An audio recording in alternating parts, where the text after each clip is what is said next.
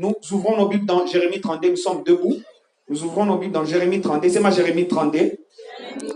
C'est ma bien Jérémie 32. Du 13e verset au 15e verset. C'est ma du 13e au 15e verset. C'est ma l'espoir dans les chaos. Lisons au nom de Jésus. Et j'ai donné sous leurs yeux cet ordre à Baruch. Ainsi parle l'Éternel des armées, le Dieu d'Israël. Prends ces contrats d'achat, celui qui est cacheté et ces contrats qui est ouvert. Mets-les dans un vase de terre, afin qu'ils se conservent longtemps. Car ainsi parle l'Éternel des armées, le Dieu d'Israël. On achètera encore des maisons, des champs et des vignes dans ces pays. Je répète le 15e verset. Je vais le répéter 2 fois. Après la deuxième fois, tous nous allons acclamer fortement les seigneurs. Je répète. Au 15e verset, la Bible dit ceci. Car ainsi parle l'Éternel des armées, le Dieu d'Israël. On achètera encore des maisons, des champs et des vignes dans ces pays. Car ainsi parle l'Éternel des armées, le Dieu d'Israël. On achètera encore des maisons, des champs et des vignes dans ces pays. Est-ce qu'on peut acclamer la parole du Seigneur? Pendant que tu es en train d'acclamer, tu es en train de recevoir ton champ, tu es en train de recevoir ta maison, tu es en train de recevoir des terres dans le nom de Jésus-Christ de Nazareth. Tu es en train de recevoir aussi des vignes dans le nom puissant de Jésus. Tu peux t'asseoir dans ta nouvelle maison au nom de Jésus. Est-ce que quelqu'un peut crier après moi l'espoir dans les chaos? Encore l'espoir dans les chaos. Encore l'espoir dans les chaos. Encore l'espoir dans les chaos. Écoutez, ça c'est tout simplement une petite exhortation. Mais une exhortation qui vient bouleverser ta vie dans le nom de Jésus-Christ de Nazareth. C'est peut-être pas une exhortation pour tout le monde. Ça c'est une exhortation pour une personne qui est en train de remarquer comme s'il y a beaucoup de chaos dans son environnement. Ça c'est une exhortation qui s'adresse à une personne qui a comme impression qu'il y a les chaos dans sa famille. C'est un message qui s'adresse à une personne qui a comme impression... Non. C'est un message qui s'adresse à une personne qui a comme impression qu'il y a un chaos dans sa ville, là où il vit.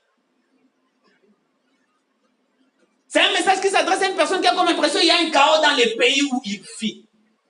C'est un message qui s'adresse à une personne qui a comme impression qu'il y a un chaos sur le continent où il vit. C'est un message qui s'adresse à une personne qui a comme impression qu'il y a un chaos dans sa génération.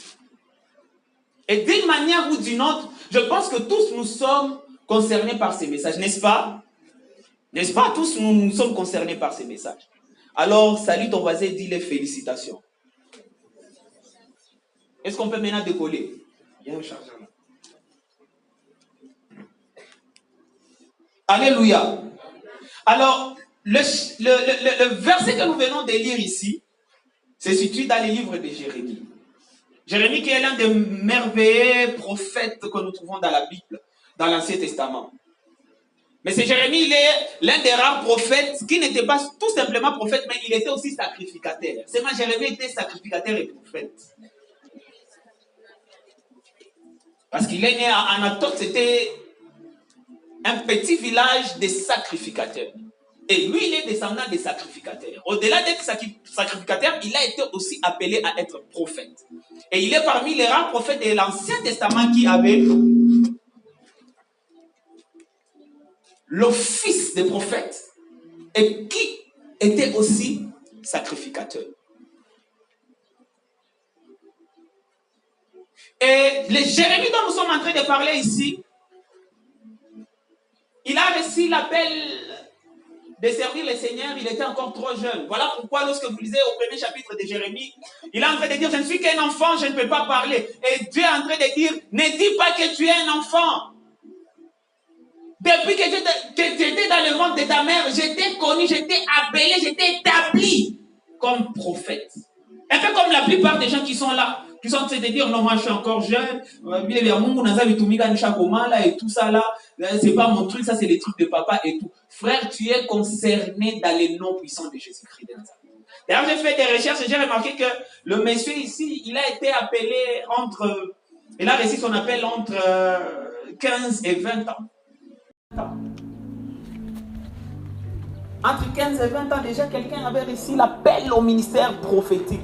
Et ce soir, écoutez, il y a des gens que Dieu est en train de sélectionner pour marquer la différence dans leur secteur d'influence, dans le nom puissant de Jésus-Christ de Nazareth.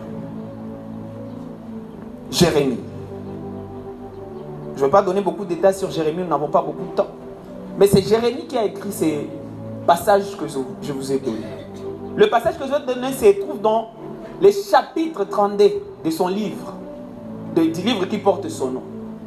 Le chapitre 32 de Jérémie se situe entre deux chapitres, le chapitre 31 et le chapitre 33. Ce sont deux chapitres où le prophète prophétise de très bonnes choses.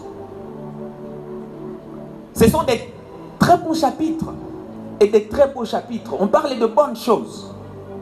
Mais le chapitre 32 que nous venons de lire, c'est un chapitre là où il y a les chaos. Répète après moi, les chaos. Lorsque vous lisez au premier verset de ce chapitre 32, là on est en train de montrer, laisse-moi lire pour vous les deux premiers versets, la Bible dit ceci. Parole qui fut adressée à Jérémie de la part de l'Éternel, la 10e année de Sédécias, roi de Juda. C'était la 18e année du règne de Nebuchadnezzar. L'armée du roi de Babylone assiégeait alors Jérusalem et le prophète Jérémie était enfermé dans la cour de la prison qui était dans la maison du roi de Juda. Déjà, vous devez comprendre que ici, c'est une période où le roi de Babylone, Nebuchadnezzar, était en train d'assiéger Jérusalem. Il était à la porte de Jérusalem, mais il avait déjà conquis la plupart des terres du royaume du Sud. Parce que vous devez vous souvenir, c'est qu'après le roi Salomon, le royaume s'était divisé en deux, mon frère. Le royaume s'était divisé en deux. Il y a eu la partie du nord, avec comme capitale la Samarie. Et il y a le royaume du Sud, ou Juda, qui avait comme capitale Jérusalem. Et le royaume du nord avait déjà été assiégé par la Syrie depuis longtemps. Mais là, il y avait la Babylone qui était en train d'attaquer le royaume d'ici, tout simplement. Pourquoi? Parce que le peuple de Dieu s'était tourné vers des idoles. Et ça faisait beaucoup de mal à Dieu. Et il avait décidé de faire quoi? D'amener son peuple en captivité. Et là, c'est la période justement qui était en train d'annoncer la prise de Jérusalem par l'armée de Nebuchadnezzar, le roi de Babylone. Alors très rapidement dans ce chapitre ici, en fait, il y a une histoire qui m'intéresse beaucoup plus.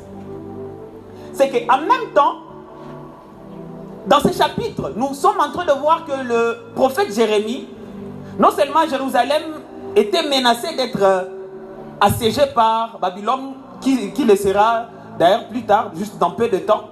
Mais en même temps, nous sommes en train de lire, là nous venons de remarquer que le prophète Jérémie était en prison. C'est mal, le prophète Jérémie était en prison. C'est mal, le grand prophète Jérémie était en prison. Et vous savez pourquoi le prophète Jérémie était en prison? Il était en prison tout simplement, pourquoi? Parce que le roi Sédécias avait des prophètes. Il est armé à Babylone où Taïpiga avait dit que le roi vit éternellement. Il y avait beaucoup de prophètes qui flattaient le roi et le roi était content. Mais il y avait un prophète qui, lui, il ne disait pas ce que les autres prophètes disaient.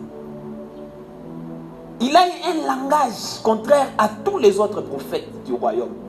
Et lui disait au roi Sédécias, écoutez, l'armée babylonienne va nous gagner et nous irons en captivité. Et cette prophétie-là faisait beaucoup de mal au roi et à plusieurs habitants de Jérusalem.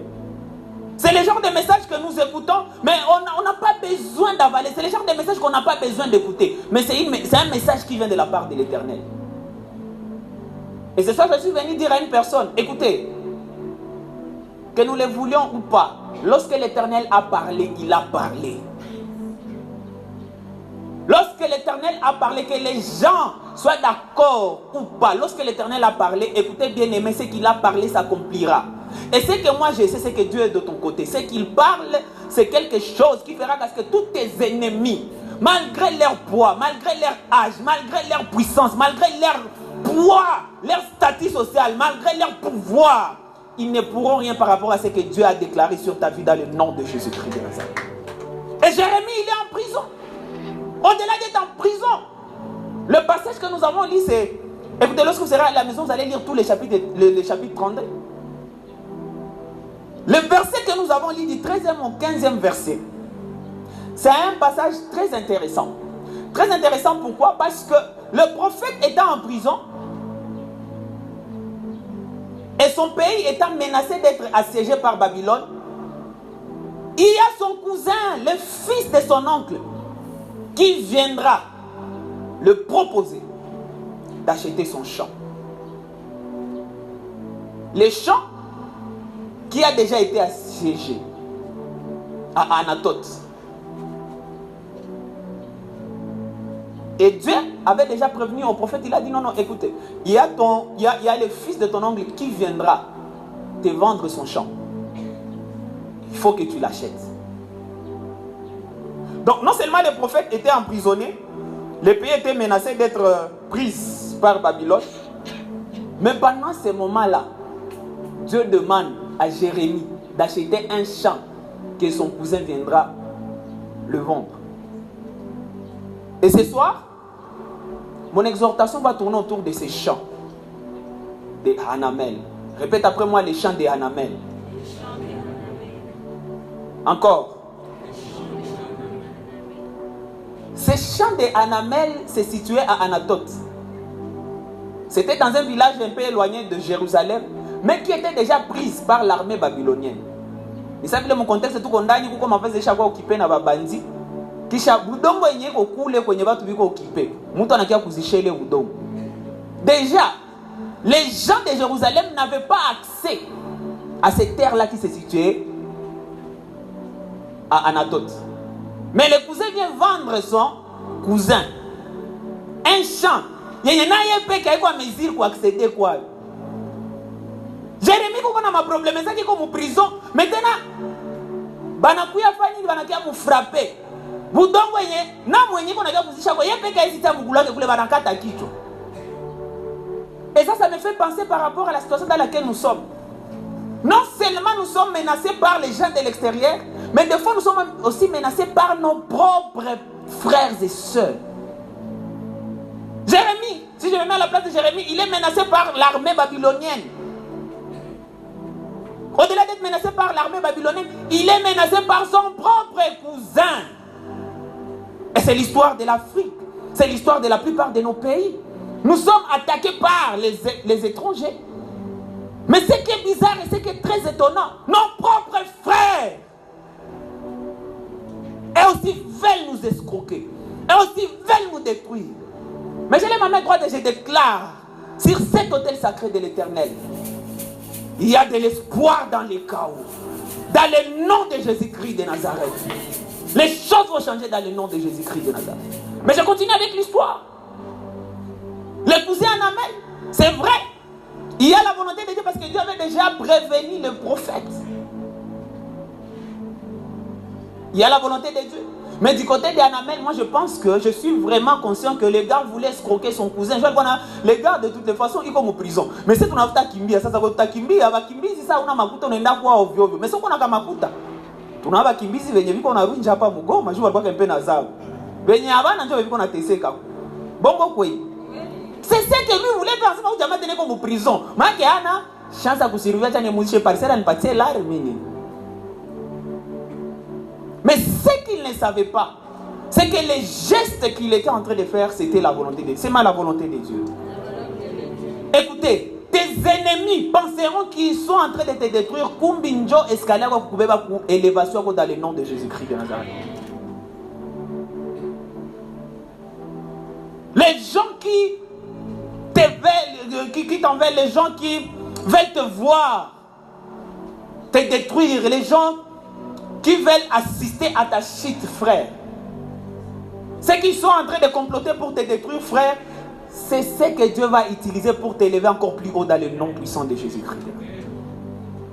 Mais long story short, Jérémie, il a été obligé d'acheter les champs. Il a acheté un champ et il a espoir kama teikala ndani kata tumikisha ndani kama ata kuinana. Alikuwa ana vraiment espoir. Ce qui fait que après avoir acheté, parce que lorsque vous êtes dans les chapitres là, il a vraiment acheté le champ. Mais après avoir acheté le champ, les gars, il a commencé à prier. Mon prière est je sens l'atmosphère de l'Éternel en ces lieux. Je veux que tu sois concentré. Le Seigneur est en train de susciter un Patrice Emery Lumumba ici en ces lieux. Ça, c'est peut-être pas un message pour tout le monde, mais il y a quelqu'un, ce message est venu spécialement pour lui. Et à cause de cette personne, la RDC va se rétablir au nom de Jésus. Il y a une personne ici qui est appelée à influencer les preneurs de décisions dans tous les pays africains en ces lieux. Soyons concentrés dans le nom puissant de Jésus-Christ. Écoutez, le verset que nous avons lu du 13e au 15e verset, après que Jérémie ait acheté ces champs-là, il va parler à son secrétaire, c'est que l'Éternel venait de les mettre à cœur. Il a dit ceci, au verset 13, et j'ai donné sous leurs yeux cet ordre à Baruch. Ainsi parle l'Éternel des armées, le Dieu d'Israël. Prends ces contrats d'achat, celui qui est acheté, ces contrats qui est ouvert, et mets-les dans un vase de terre, afin qu'ils se conservent longtemps.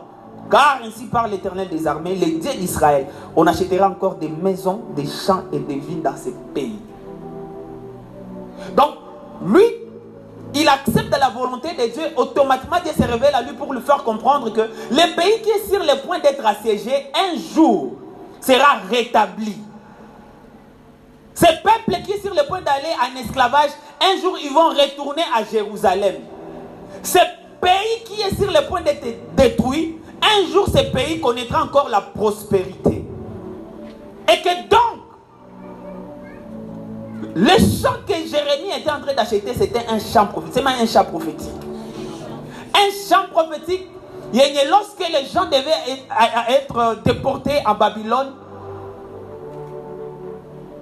à cause de ces champs, que Dieu avait dit qu'un jour, nous allons encore acheter des maisons et des champs. Écoutez, je suis venu dire à une personne, peu importe les chaos que nous traversons, frère, nous aurons toujours notre part dans le nom puissant de Jésus-Christ de Nazareth. C'est le signe que Dieu a donné. Ah, est-ce que tu as bien saisi? Est-ce que tu peux encore acclamer le Seigneur?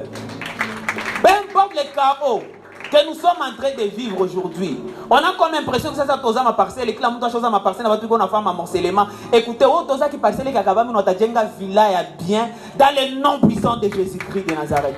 Tu as comme impression tout est fini dans ta vie. Écoutez, les choses que Dieu a prévues pour toi, tu vas les vivre dans le nom puissant de Jésus-Christ de Nazareth. C'est mal les chants de Hanamel. Alors, pour finir, ces chants de Hanamel représentent trois choses. Ces chants représentent trois choses. La première chose que ces chants représentent, c'est que Jésus-Christ avait fait pour nous à la croix. Ces chants de Hanamel représentent ce que Jésus-Christ avait fait pour nous à la croix. Écoutez bien aimé, à la croix, c'est ce que Jésus a fait. Il a fait ce que Jérémie a fait ici. Il a acheté une terre, un champ qui était sans valeur. Il a acheté une terre qui n'avait pas de valeur, une terre presque inexistante. Une terre qui était assiégée. C'est ce que Jésus a fait pour nous, frères. Moi et toi, nous étions des pécheurs, sans valeur, sans dignité. Et ça est là, comme des brebis sans berger. Mais Christ a donné sa vie pour moi et pour toi. On n'avait pas de valeur, frère. Nous étions morts dans nos péchés. Mais Christ est venu, il est mort à la croix. Pour moi et pour toi. Moi et toi, nous étions comme ces chants de Hanamel. Un chêne qui la moutou voulait se débarrasser. Tout le monde ici. Écoutez, il y a déjà mais ouais, il est conscient. Lorsque tu menais une vie sans Christ, beaucoup de gens t'évitaient. Même les parents disaient, ah, bah, dans ce champ, on a une mauvaise compagnie. mauvaise influence. Nous étions comme ces champs d'Anamel. Mais Christ, comme Jérémie, il a accepté de payer les prix. Il a racheté les champs. Il m'a racheté moi et toi. Et les champs d'Anamel représentent ce que Christ a fait. Est-ce qu'on peut célébrer le Seigneur Jésus? Nous étions perdus, nous étions morts. Mais à cause de Christ, nous avons la vie. À cause de Christ, nous avons de la valeur. Nous qui autrefois nous étions inutiles, à cause de Christ, nous avons aujourd'hui. Nous sommes devenus utiles. Nous avons regagné le poids. C'est ce qui représente premièrement les champs d'Anamel. Deuxièmement, ces champs d'Anamel représentent ce que l'Église doit faire. Ces champs représentent ce que l'Église doit faire. Ou bien, je dirais mieux, Jérémie, en fait, les Jérémies dans ce contexte, c'est nous. Nous sommes appelés à être des Jérémies de notre nation. En tant que l'Église, nous sommes appelés à être des Jérémies. Lorsque tout le monde est en train de prophétiser des malheurs sur la RDC, lorsque tout le monde est en train de quitter l'Afrique, lorsque tout le monde est en train de se dire que non, c'est fini, notre pays ne peut pas s'en sortir. Nous ne pouvons rien. Nous ne pouvons rien faire. Au fait, Congo est Koufa. Mboka ici est Koufa Kala. Pendant que tout le monde, écoutez, Dieu est en train de nous susciter comme des Jérémies qui vont prendre parole et dire et prononcer des paroles prophétiques qui vont réveiller l'espoir dans notre nation dans le nom puissant de Jésus-Christ de Nazareth. C'est ce que nous sommes appelés à faire.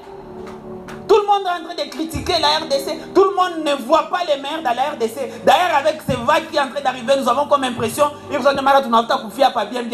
peu importe ce qui se passe, frère, il y a l'espoir dans le chaos. Est-ce que quelqu'un peut crier après moi? Il y a l'espoir dans le chaos. Est-ce que quelqu'un peut crier très fort? Il y a l'espoir dans le chaos.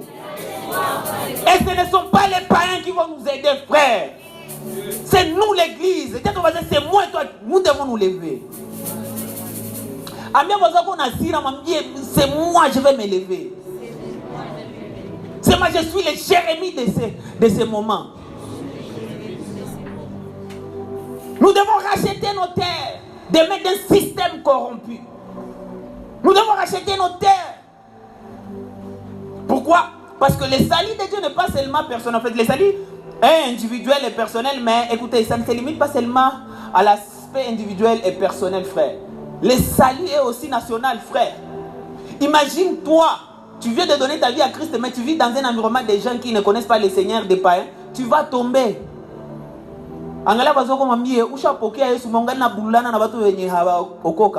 Tu vas tomber. Ce n'est pas une bonne nouvelle, ça c'est une mauvaise nouvelle.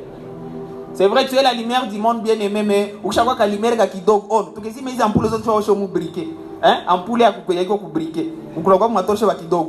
Kaneza fani. Si qui c'est ta cameza. Alléluia. Alléluia. Voilà pourquoi, écoutez, lorsque tu es gagné au Seigneur, commence aussi à évangéliser un à un dans ton environnement. On a gagné mon on a gagné mon guine, on a gagné mon chakaba mingale, mon anta ménage attaqué au système dans le nom puissant de Jésus-Christ de Nazareth. Et c'est ce que Dieu attend de nous. Dieu ne veut pas seulement nous sauver nous-mêmes, il veut sauver notre avenir. Il veut sauver notre quartier. Il veut sauver la ville de Goma. Imaginez-vous si tous à Goma nous étions des chrétiens. Imaginez-vous un peu. Si en RDC nous étions des chrétiens. Apana des noms. Des chrétiens, des pieds des dents dans le Seigneur. Apana un genre avec chrétien tout chaque fois nous le mugulu moi comme kidunia yengine comme yangu. Mugulu moi comme Zambi yengine comme Côte Denis.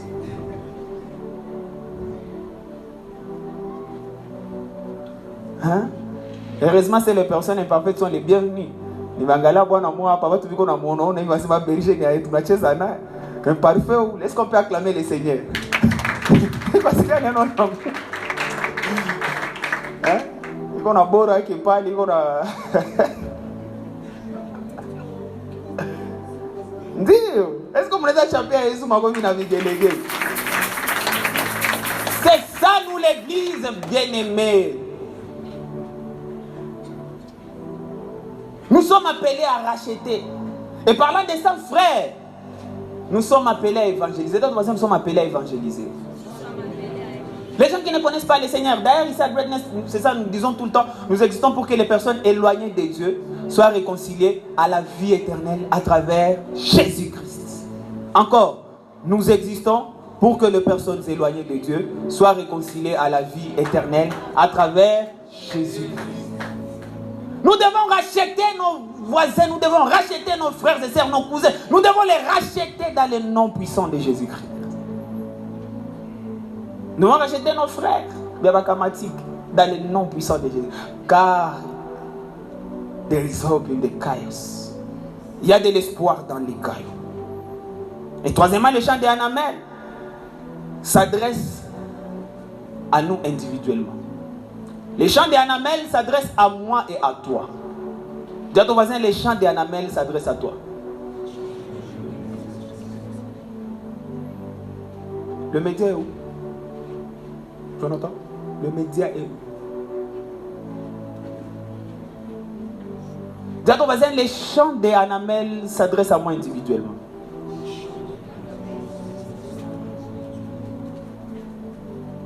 Les chants d'Anamel s'adressent à chacun de nous individuellement.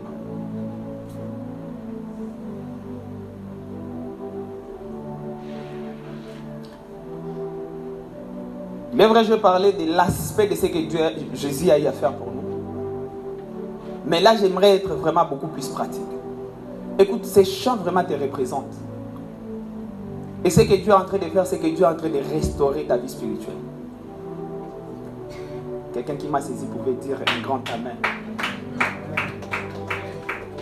Dieu est en train de racheter ta vie qui était pourrie. Dieu est en train de racheter ta situation financière. Dieu est en train de racheter l'harmonie familiale. Il y a des gens, nous sommes là ensemble de tout ça là, mais ils vivent dans des familles compliquées. Mais ce soir, Dieu est en train de racheter ta famille, l'harmonie de ta famille dans le nom de Jésus. Dieu est en train de racheter ta sainteté. Donc, on a gombana na mazambi, mais on appelle d'amour, on appelle nos viages. Mais le dimanche passé, on a parlé de mauvais choix que nous prenons. Donc, on a jamais le choix de décision. On a pas nous dire que n'a quoi ngousan. Mais la bonne nouvelle que j'ai pour toi ce soir, c'est que Dieu est venu racheter ta vie de sainteté dans le nom de Jésus.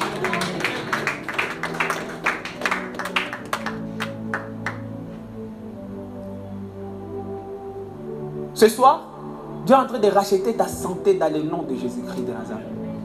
On a pour ça que vous mubaya et tout ma magonjwa zima shengia mwili wako. Bila kuya et puis chose grave una makuta kwenda fa check up kuya kama mwili wako évolue. C'est ni neema Mungu. Ce soir, je suis en train de déclarer que Dieu est en train de restaurer ta santé dans le nom de Jésus-Christ de Nazareth. Dieu est en train de racheter tes études dans le nom puissant de Jésus-Christ. Uko naangalia miaka mais unaangalia niveau d'études yako wewe peko unasema Mungu wangu. Mais écoutez, Dieu est en train de racheter tes études dans le nom puissant de Jésus-Christ.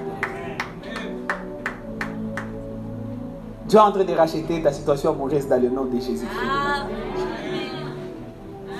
Dieu est en train de racheter ton mariage. Tu viens peut-être dans des familles et il y a pas toi qui va n'arrêtera qu'à toi va n'arrêter. Na mbele ulikuwa unagombana unasema na mimi mais sio unaangalia realite leo unaangalia hauna makuta. Mungu na sema unapenda. Unaangalia kusema siku utapata makuta na kwa nguvu sana unashambia tuna mixa tu ndarendera. Écoutez, Dieu vient racheter cette situation là. Tu vas te marier, tu vas honorer la famille. Écoutez kama famille na kuna malifa mariage ya pipi ya bien honorer Mungu. Wewe unaanza ile génération dans le nom puissant de Jésus-Christ de Nazareth.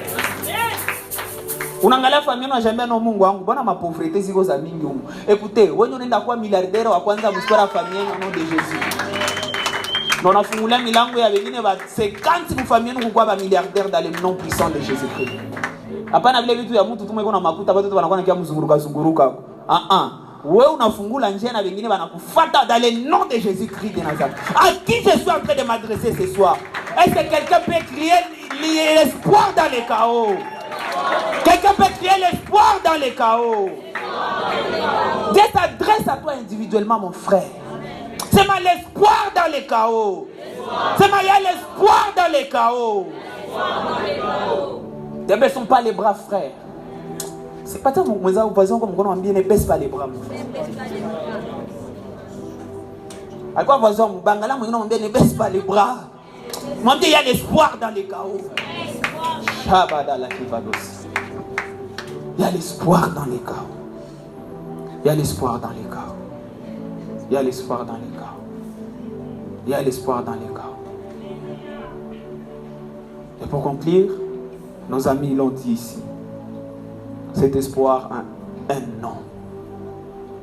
Le nom de l'espoir en question, c'est Jésus-Christ. Tu as raté une bonne occasion d'acclamer le Seigneur. Je vais le répéter pour la fermer grande en vie. Le nom de cet espoir, c'est Jésus-Christ.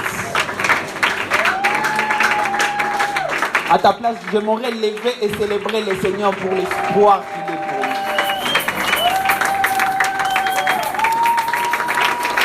Pendant que d'autres sont en train de fuir la RDC, toi tu vas rester et tu vas régner dans ces pays au nom de Jésus-Christ de Nazareth. Pendant que d'autres sont en train de pleurer parce qu'il manque de quoi manger, toi tu vas commencer à donner à manger à plusieurs personnes au nom de Jésus. Pendant que d'autres sont en train de manquer l'argent pour payer les loyers, toi tu vas construire des très belles maisons et tu vas commencer à offrir des maisons au nom de Jésus-Christ de Nazareth. Alors, quelqu'un qui est en train d'acclamer, il est en train de recevoir ces choses. Pendant que les autres sont en train de pleurer, toi tu vas rire et tu vas faire rire à d'autres personnes dans le nom de Jésus-Christ de Nazareth. Pendant que plusieurs jeunes n'ont pas de vision, ne savent pas là où ils seront dans 10 ans, toi Dieu te donne un plan très sûr, même après ta mort, au nom de Jésus-Christ de Nazareth.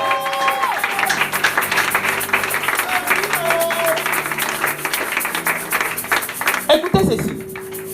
Nous sommes toujours debout, nous sommes en train de clôturer. Lorsque Jérémie a eu à prophétiser ces choses, nous sommes toujours debout. Nous voulons prier quelques secondes et tout. Lorsque Jérémie a prophétisé ces choses, j'ai fait des recherches. Plusieurs recherches montrent que juste une année après, vous signez un contrat Jérémie qui Koufa. C'est ma Jérémie qui Koufa. L'homme qui a eu à prophétiser qu'un jour, nos terres ici, les gens vont acheter encore les champs, les vins, comment les vignes et tout ça là. Les gars, à Kekoufa juste une année après. Et beaucoup de gens pouvaient penser que non, c'est une histoire triste. Yodi, Paul. Mais il y a l'espoir dans les chaos. C'est le même Jérémie qui a eu à écrire qu'après 70 ans, ces gens qui étaient partis en déportation à Babylone retourneront. Et lorsqu'il prêchait dans les rues de Jérusalem, il y avait un jeune homme qu'on appelle Daniel. C'est ma Daniel. Daniel écoutait un prédicateur qui il était encore trop petit, mais il écoutait un vieux malgré un jour, à cause de nos péchés, nous irons en déportation à Babylone. Oui, nous nous sommes détournés de Dieu. Nous avons fait du mal à notre Dieu. Il va nous châtier. Le roi de Babylone va nous assiéger. Nous irons en déportation. Mais comme Dieu est juste et il aura compassion de son peuple, après 70 ans, on retournera. Et vous savez quoi? Daniel, dans sa vieillesse, vers 90 ans, il a lu, il s'est rappelé que le vieux prédicateur Jérémie disait que après 70 ans, on va rentrer. C'était à la 68e année. C'était avant 70 ans. À la 68e année. Lorsque Daniel a lu, il s'est souvenu de ce que Jérémie disait. Il est allé chez Cyrus. Il a dit, écoutez, Mouzé, toi tu es Touroudi. Et automatiquement, le roi Cyrus a déclaré les retours des premiers exilés. Tout simplement pourquoi l'espoir est resté dans Daniel. Pourquoi? Parce qu'il écoutait un vieux. Mais à cause de ses paroles, il y a une nouvelle génération. Il est qu'on a tembé à nayo. Il est espoir. Il est qu'on a tembé à nayo. Bana va flageller, bana va piquer. Il y a peut-être bana mutamu force au lion. Mais il est espoir. Il est qu'on a tembé à nayo. Na il y a peut-être qu'on a transmettre à la génération engine. Mais c'est dont moi je suis sûr et certain. Frère, c'est nous, cette génération, que nos pères ont eu, pour lesquels nos pères ont eu à prier pour cette nation. Moi et toi, nous allons voir les saluts de la RDC avant que nous puissions mourir. Nous allons voir les saluts et le développement de l'Afrique avant que nous puissions mourir. Dans le nom puissant de Jésus-Christ de Nazareth. Est-ce que quelqu'un peut crier, il y a de l'espoir dans les cailloux?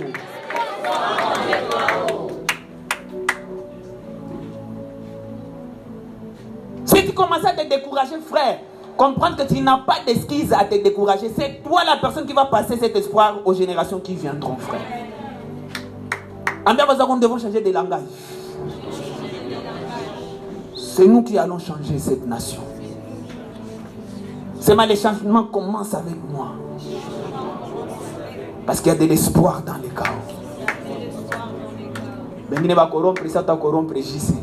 Parce qu'il y a de l'espoir dans les... Nous n'allons pas nous pervertir parce qu'il y a de l'espoir dans les... Tu peux commencer à prier selon ce que le Seigneur t'a mis à cœur en battant les mains. Tu dis merci à Dieu pour le message. Tu dis merci à Dieu pour le message. Nous sommes toujours debout. Pourquoi nous nous mettons, mes amis? Nous sommes debout, frères. Nous sommes debout, on prie en battant les mains. On prie en battant les mains, on remercie le Seigneur. On remercie le Seigneur de nous avoir choisis. Tu pries sérieusement, bien-aimé. Mais j'aimerais là que tu pries sérieusement. Dis merci à Dieu de t'avoir choisi. D'être cet instrument qu'il veut utiliser pour marquer la différence dans notre génération. Dans le nom puissant de Jésus-Christ de Nazareth. Ceux qui prient en langue, montez un pied en langue. L'ova dit Shahanaya. Levi Shade Handolobro.